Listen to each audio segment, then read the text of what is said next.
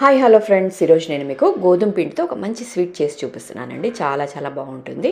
రెగ్యులర్గా మనము గులాబ్ జామ్స్, సేమియా ఇవే చేసుకొని బోర్ వచ్చేసి ఉంటుంది కదా.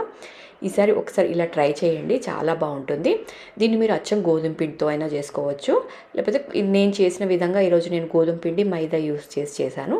లేకపోతే మీరు అచ్చం గోధుమ పిండితో చేసిన టేస్ట్ మాత్రం ఏమాత్రం మారదు, అలాగే సాఫ్ట్గా ఉంటాయి. ట్రై చేయండి.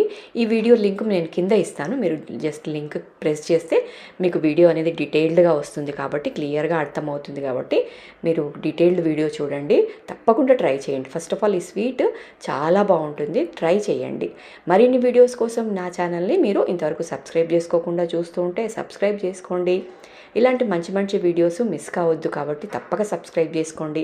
మంచి మంచి వీడియోస్ ఉన్నాయి ఛానల్లో, అన్ని రకరకాల వీడియోస్ ఉన్నాయి, కాబట్టి తప్పక సబ్స్క్రైబ్ చేసుకోండి. మీకు కనుక నచ్చినట్టయితే మీ ఫ్రెండ్స్ అండ్ ఫ్యామిలీకి షేర్ చేయండి.